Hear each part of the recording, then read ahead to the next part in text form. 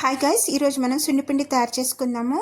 నేను ఒక cup rice తీసుకున్నానండి. 3 to 4 టేబుల్ స్పూన్ మెంతులు తీసుకున్నాను.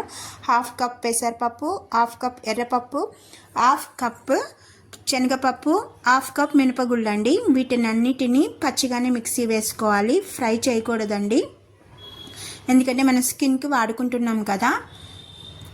మెంతుల వల్ల మన స్కిన్ ఎంతో టైట్గా ఉంటుందండి, ముడతలు పడకుండా చేస్తుంది మెంతులు, అందుకే వేస్తున్నాను.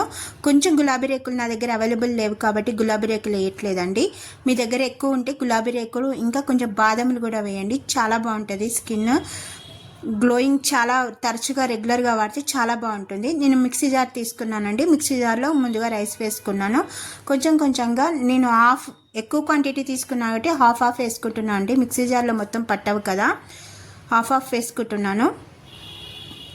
ఎర్రపప్పు వేసాను, ఇంకా పెసరపప్పు,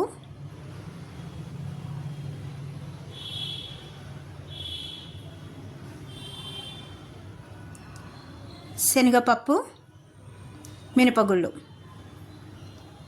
ఇవి కొంచెం బరకగా చేసుకుందాం అండి, మరీ మెత్తగా కాకుండా.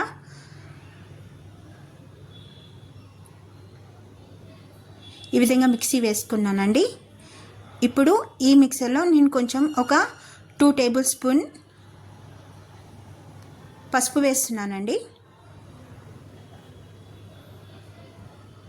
మచ్చలు కూడా అన్నీ పోతాయండి, పాలల్లో కానీ పెరుగులో కానీ. ఒక 10 minutes అన్నా మీ ఓపికను బట్టి ఎంత టైం పెట్టుకోగలితే అంత టైం పెట్టుకుంటే ఫేస్ చాలా బాగుంటుందండి. మచ్చలు కూడా పోతాయి, అన్వాంటెడ్ హెయిర్ కూడా పోతుంది.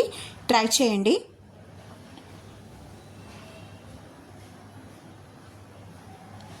ఈ విధంగా మిక్సీ వేసుకున్నానండి. మన సున్నిపిండి రెడీ అయిపోయిందండి.